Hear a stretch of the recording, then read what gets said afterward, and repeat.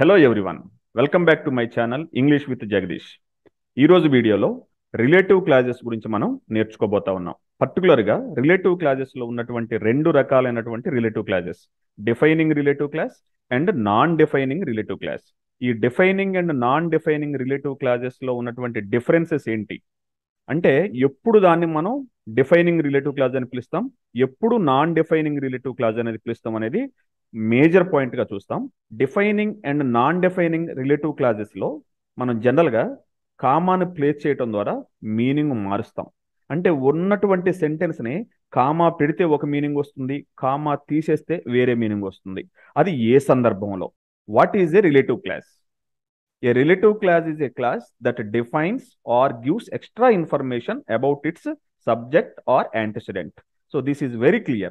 Relative classes అనేవి జనరల్గా మనం సెంటెన్సెస్లో వాడినప్పుడు ఈ రిలేటివ్ క్లాస్ సబ్జెక్ట్ గురించి ఎక్స్ట్రా ఇన్ఫర్మేషన్ ఇవ్వటం కానీ, లేదా సబ్జెక్ట్ను డిఫైన్ చేయటం కానీ, అంటే హూ ఈజ్ ద సబ్జెక్ట్ అని ఐడెంటిఫై చేయటం కానీ జరుగుతుంది. రిలేటివ్ క్లాసెస్ జనరల్గా ఇక్కడ ఉన్నటువంటి ఈ 5 వర్డ్స్తో బిగిన్ అవుతాయి.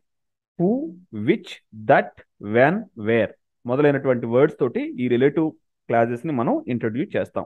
వీటినే రిలేటివ్ ప్రొనౌన్స్ అని పిలుస్తాం. ఈ రిలేటివ్ ప్రొనౌన్స్ రిలేటివ్ క్లాజెస్లో వాడతాం కాబట్టి వీటిని మనం రిలేటివ్ క్లాజెస్గా పిలుస్తా ఉన్నాం. ఇక్కడ నాన్ డిఫైనింగ్ రిలేటివ్ క్లాజెస్ అంటే ఏమిటి, వాటిని ఎలా గుర్తించాలో చూద్దాం. A non defining relative clause gives extra information about the subject. A comma or a hyphen is placed before and after it. చూడండి examples. Nick, who was teased and bullied, had an electric wheelchair for mobility. Example number 2. The brave 26 years, who is mainly a torso, plays football and golf. Example number 3. Nick, who was born in Australia, is a source of inspiration. Now let us discuss these 3 sentences. మనం ఇప్పుడే అనుకున్నాం, non defining relative క్లాజెస్ని మనం గుర్తించాలి అంటే అవి జనరల్గా non defining కానీ defining కానీ, who, which, that, where, when ఇట్లాంటి రిలేటివ్ ప్రొనౌన్స్తో ప్రారంభమవుతాయి అనుకున్నాం. అది బాగానే ఉంది. ఇక్కడ చూస్తే కూడా హూ అనే వాటితోటి ప్రారంభించాం. ఇవన్నీ కూడా నాన్ డిఫైనింగ్ రిలేటివ్ క్లాజెస్ ఇక్కడ. అయితే ఈ నాన్ డిఫైనింగ్ రిలేటివ్ క్లాజెస్ను గుర్తించడానికి కొన్ని ఈజీ టిప్స్ ఏంటంటే, రెడ్ కలర్లో ఉన్నటువంటి ఈ క్లాజ్ ఏదైతే ఉందో దీన్నే నాన్ డిఫైనింగ్ రిలేటివ్ క్లాజ్ అని మనం పిలుస్తాం. మీరు ఇక్కడ ఒక స్పెసిఫిక్ పాయింట్ అయితే గుర్తుపెట్టుకోండి, తప్పనిసరిగా కామానే ప్లే చేయాలని లేదు. కొన్ని సందర్భాల్లో మనం ఐఫన్ పెట్టినా కూడా కరెక్టే.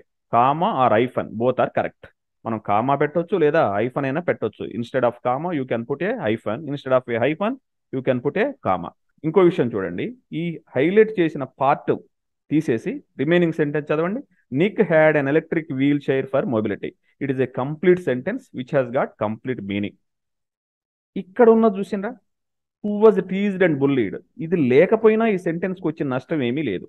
Nick had an electric wheelchair for mobility, కానీ we want to give little extra information about Nick ఈ సందర్భంలో. అందుకే మనం ఏం చేసినాం, ఎక్స్ట్రా ఇన్ఫర్మేషన్ ఇవ్వడం కోసం who was teased and bullied, so this person was teased and bullied అనేటువంటి ఎక్స్ట్రా ఇన్ఫర్మేషన్ మనం ఈ సెంటెన్స్లో ఇచ్చాం. సో ఈ ఎక్స్ట్రా ఇచ్చినటువంటి ఇన్ఫర్మేషన్నే నాన్ డిఫైనింగ్ రిలేటివ్ క్లాజ్ అని పిలుస్తాం. ఈ నాన్ డిఫైనింగ్ రిలేటివ్ క్లాజ్ మనం ఎప్పుడు ప్లే చేసినా కానీ దాని ముందు తప్పనిసరిగా కామా ఉంటుంది. ఆ నాన్ డిఫైనింగ్ రిలేటివ్ క్లాజ్ ఎక్కడికైతే అయిపోతుందో దాని తర్వాత కూడా మళ్ళీ ఒక కామా పెట్టాలి. సో యాక్చువల్గా ఈ పార్ట్ లేకపోయినా వచ్చే ప్రాబ్లం ఏముండదు సెంటెన్స్కి. ఈ పార్ట్ వల్ల ఆ సబ్జెక్ట్ గురించి మనం ఎక్స్ట్రా ఇన్ఫర్మేషన్ ఇవ్వచ్చు. ఈ రిలేటివ్ క్లాజ్కి ఉన్నటువంటి సబ్జెక్ట్నే యాంటిసిడెంట్ అని కూడా పిలుస్తూ ఉంటాం. రిలేటివ్ క్లాజ్కు ఉన్నటువంటి సబ్జెక్ట్ని సబ్జెక్ట్ అని కానీ లేదా యాంటిసిడెంట్ అని కానీ మనం గ్రామర్లో పిలుస్తూ ఉంటాం. సో ఈ యాంటిసిడెంట్ లేదా సబ్జెక్ట్ గురించి ఈ రిలేటివ్ క్లాజెస్ ఎక్స్ట్రా ఇన్ఫర్మేషన్ మాత్రం ఇస్తాయి. అది మాత్రం తప్పనిసరిగా గుర్తుపెట్టుకోవాలి. ఇంకొక విషయం ముఖ్యంగా మీరు గుర్తుపెట్టుకోవాల్సింది, నిక్ ద బ్రేవ్ 26 years, అదేవిధంగా ఇక్కడ థర్డ్ సెంటెన్స్లో కూడా నెక్. ఈ 3 సెంటెన్సెస్లో కూడా మీరు చూస్తే ప్రాపర్ నౌన్స్ ఉన్నాయి. Nick it is a proper noun. Third సెంటెన్స్లో కూడా Nick it is also a proper noun. The brave ఇది మీరు ఎడ్జెక్టివ్ అనుకుంటున్నారా? కాదు, ఇది కూడా నౌనే. The brave means here the brave person refers to Nick. So instead of Nick we have used the brave. ఇప్పుడైనా మనం అడ్జెక్టివ్స్ ముందు గనక డెఫినెట్ ఆర్టికల్ ది పెట్టినట్లయితే అవి ఆటోమేటిక్గా నౌన్స్గా మారుతాయి. So this is a noun, not an adjective. Already ఈ 3 సెంటెన్సెస్లో ఉన్నటువంటి సబ్జెక్ట్స్ ఐడెంటిఫైడ్ పర్సన్సే, డిఫైన్ చేయాల్సిన పరిస్థితి లేదు. అందుకే నాన్ డిఫైనింగ్ అన్నాం వీటిని. ఇక్కడ మనం ఏమి వీటిని ఐడెంటిఫై చేయటం కానీ డిఫైన్ చేయటం కానీ చేయట్లేదు. ఇవి నాన్ రిస్ట్రిక్టెడ్ సబ్జెక్ట్స్, అందుకే వీటిని నాన్ రిస్ట్రిక్టెడ్ క్లాజెస్ కూడా పిలుస్తారు. నాన్ రిస్ట్రిక్టెడ్ క్లాజెస్ అంటే they give extra information, they are not restricting the subject. ఈ నాన్ రిలేటివ్ క్లాజెస్ ఈ సబ్జెక్ట్ గురించి జస్ట్ ఎక్స్ట్రా ఇన్ఫర్మేషన్ మాత్రమే ఇస్తున్నాయి. సో ఇక్కడ మనం గుర్తుపెట్టుకోవాల్సింది ఏంటంటే non defining relative clauses they do not define the subject. ఈ టైటిల్లోనే ఉంది, non defining means they do not define the subject. Define చేస్తే ఎవరు అని చెప్పగలిగినట్లయితే ఇక్కడున్న పార్టీ సబ్జెక్టుని ఎవరో అని డిఫైన్ చేస్తేనే డిఫైనింగ్ రిలేటివ్ క్లాజ్ అంటాం. ఆల్రెడీ ఐడెంటిఫైడ్ పర్సన్ ఇక్కడ ఉన్నటువంటి subject Nick, it is a proper noun, we know who Nick is. So what can you talk about this person now? Only you can give extra information if you want to give. Instead of writing one more sentence we use non defining relative clauses, that's all. 2 sentences రాసే బదులు మనం ప్రశాంతంగా ఒక single సెంటెన్స్లోనే ఈ non relative clause ఉపయోగించేసి single సెంటెన్స్లో extra information ఇవ్వచ్చు. For example దీన్ని 2 సెంటెన్స్లుగా రాయాలంటే Nick had an electric wheelchair for mobility, Nick was teased and bullied. These are the 2 separate sentences. ఈ 2 సెంటెన్సెస్ రాసే బదులు ప్రశాంతంగా మనం ఒక సింగిల్ సెంటెన్స్లోనే ఒక ఎక్స్ట్రా నాన్ డిఫైనింగ్ రిలేటివ్ క్లాజ్ని ఉపయోగించి 2 సెంటెన్సెస్ని మర్జ్ చేసి సింగిల్ సెంటెన్స్గా చేశాం. So it is easy way of combining sentences.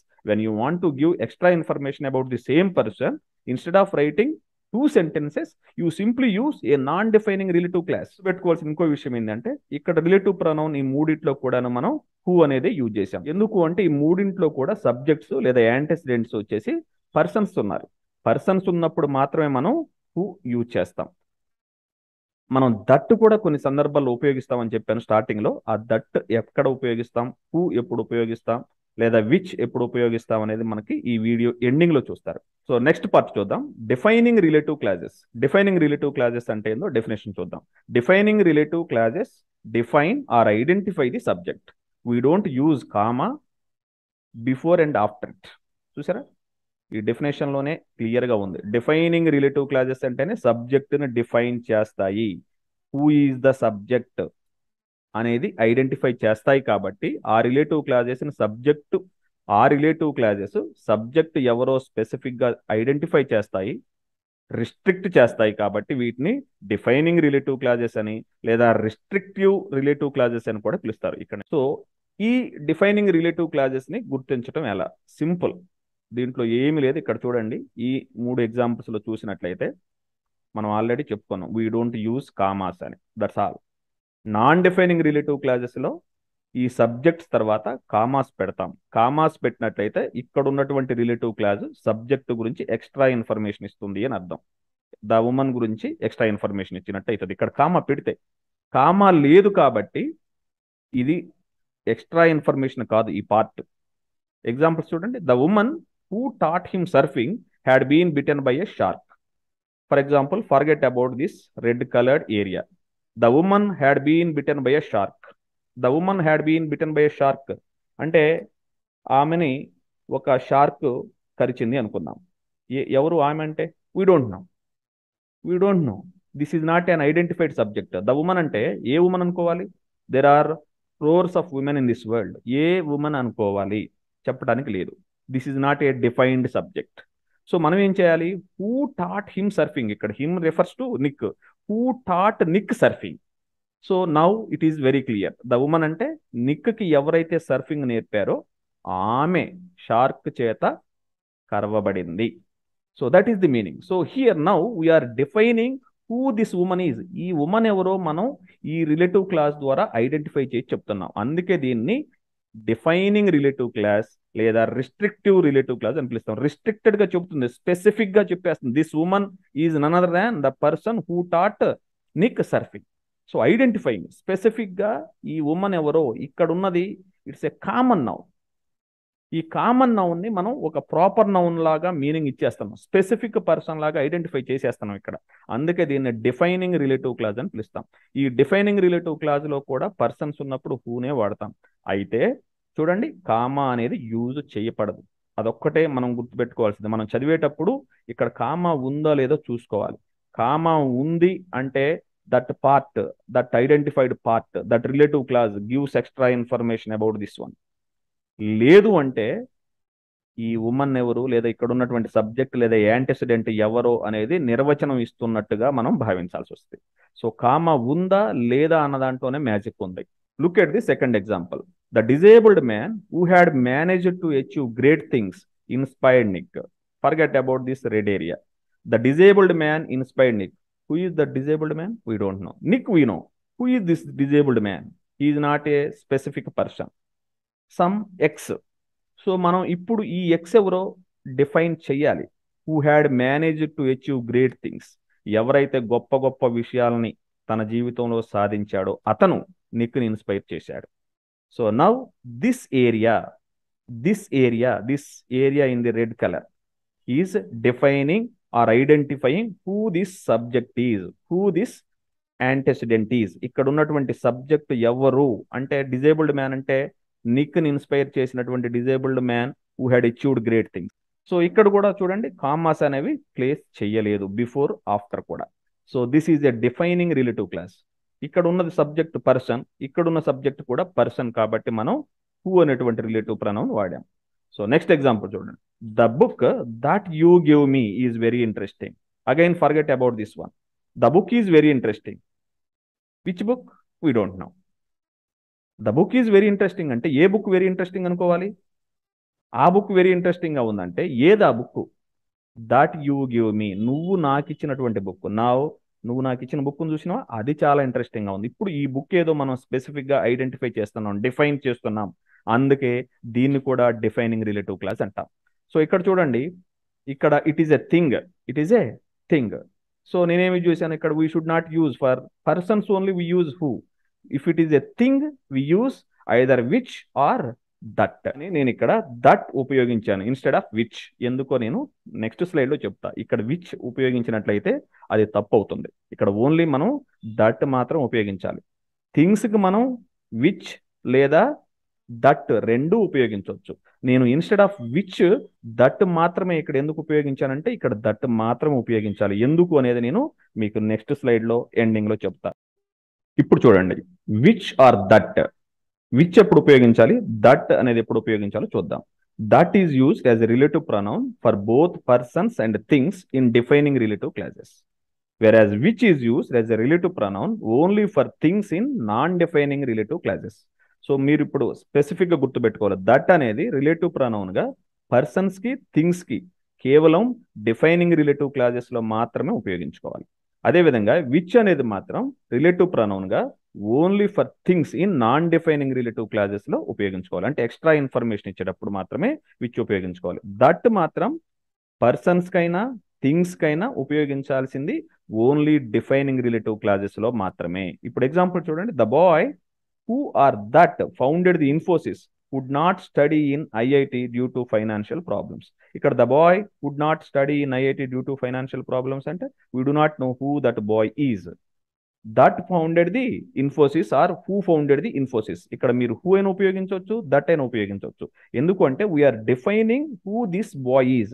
When you are defining a subject, you can use either who or that only in defining relative clauses. అప్పుడు మాత్రం ఈ విషయం మీరు స్పెసిఫిక్గా గుర్తుపెట్టుకోండి. ఇది మీకు చాలాసార్లు కాంపిటేటివ్ ఎగ్జామ్స్లో కానీ బోర్డ్ ఎగ్జామ్స్లో కానీ వస్తూ ఉంటుంది. ఇక్కడ మాత్రమే మీరు పర్సన్స్ కానీ థింగ్స్ కానీ ఉపయోగించవచ్చు. అదే దట్ని తీసుకుపోయి నాన్ డిఫైనింగ్ రిలేటివ్ క్లాసెస్లో మనం థింగ్స్ తోటి పర్సన్స్ తోటి యూజ్ చేయడానికి అవకాశం లేదు. నెక్స్ట్ ఎగ్జాంపుల్ చూడండి. Baahubali which I watched yesterday was directed by Rajamouli. Baahubali was directed by Rajamouli. ఈ పార్ట్ లేకపోతే ఏమవుతుంది, nothing will happen. But this part gave extra information about this movie. అంటే ఏంటి, ఇక్కడ నేను ఈ మూవీ నిన్న చూశాను అనేది ఎక్స్ట్రా ఇన్ఫర్మేషన్గా ఇచ్చాను. Baahubali was directed by Rajamouli. I watched Baahubali yesterday. Instead of writing those two sentences, I merged those two things into one and made this single sentence by using a relative class. This is non defining relative class. ఎందుకు ఇక్కడ commas use చేయబడ్డాయి. If you place commas before and after, it becomes a non defining relative class which gives extra information. అంతేకాని ఇక్కడ తీసుకొచ్చి మనం ఇది thing కాబట్టి that పెట్టవచ్చా అంటే పెట్టకూడదు. ఎందుకు అంటే ఇది డిఫైనింగ్ రిలేటివ్ క్లాస్ కాదు కాబట్టి. సో ఈ విషయాన్ని అయితే మీరు జాగ్రత్తగా గుర్తుపెట్టుకోండి. Next point, special attention pay చేయాల్సినటువంటి కొన్ని ఎగ్జాంపుల్స్ చూడండి. My sister who lives in Hyderabad is a doctor. Same sentence, my sister who lives in Hyderabad is a doctor. Two sentences are used but with two different meanings. ఇక్కడ just comma వల్ల పూర్తి meaning మారిపోతుంది. My sister who lives in Hyderabad is a doctor. ఇక్కడ ఇదేంటి, ఏ రకమైన relative class? ఇప్పుడు మనం చెప్పుకున్న దాని ప్రకారం కామాస్ లేవు కనుక ఇది తప్పనిసరిగా డిఫైనింగ్ రిలేటివ్ క్లాస్. సో ఇక్కడ దీని అర్థం ఏంటి అంటే I have more than one sister, ఒకళ్ళ కంటే ఎక్కువ ఉన్నారు. మరి ఎవరు? Who is doctor here? Who lives in Hyderabad. So now we are defining the subject, restricting the subject. So ఇది డిఫైనింగ్ రిలేటివ్ క్లాస్. కామా లేదు కాబట్టి దీని మీనింగ్ ఏంటంటే I have more than one sister అనేది మీరు అర్థం చేసుకోవాల్సి వస్తుంది. రెండో ఎగ్జాంపుల్ చూడండి, my sister who lives in Hyderabad is a doctor. దీని మీనింగ్ ఏంటంటే I have only one sister, she is a doctor and she lives in Hyderabad, that's all. ఎందుకు అంటే ఇది ఎక్స్ట్రా ఇన్ఫర్మేషన్ ఇస్తుంది. My sister is a doctor అంటే దీని అర్థం ఏంటి, మా సిస్టర్ డాక్టర్ అని. కానీ ఇక్కడ ఏం చేస్తున్నాం, వీఆర్ గివింగ్ ఎక్స్ట్రా ఇన్ఫర్మేషన్. కానీ దీంట్లో ఏంటి, identifying the subject, who lives in Hyderabad. Maybe my another sister may be living in Vijayawada or Vizag. This area is restricting the sister who is a doctor is living in Hyderabad. So this is a restricted area. మనం స్పెసిఫిక్గా ఎవరినైతే ఇక్కడ doctor అని చెప్తున్నామో ఆమె హైదరాబాద్లో ఉంటుంది అని define చేస్తున్నాం. దాని అర్థం ఏంటంటే మనకి ఒకళ్ళ కంటే ఎక్కువ మంది సిస్టర్స్ ఉన్నట్టుగా మనం భావించవలసి వస్తుంది. సో ఇట్లా కామా పెడితే ఒక తీరు, కామా లేకపోతే ఒక తీరు, మీనింగ్స్ కూడా మారిపోయే అవకాశం ఉంది. ఇలా కామా లేనప్పుడు జనరల్గా మనకి కామన్ నౌన్స్ ఉన్నప్పుడు ప్రాపర్ నౌన్స్ కాకుండా ఆటోమేటిక్గా అవి మీనింగ్ మారిపోయే అవకాశం ఉంది. ఈ విధంగా మనం defining and non defining relative క్లాజెస్ని ఈ మూడు విధాలుగా గుర్తుపెట్టుకొని వాడుకున్నట్లయితే తప్పనిసరిగా మనం మంచి మార్క్స్ పొందుతాం. కాంపిటేటివ్ ఎగ్జామ్స్లో కూడా మనం మార్క్స్ స్కోర్ చేయడానికి అవకాశం ఉంటుంది.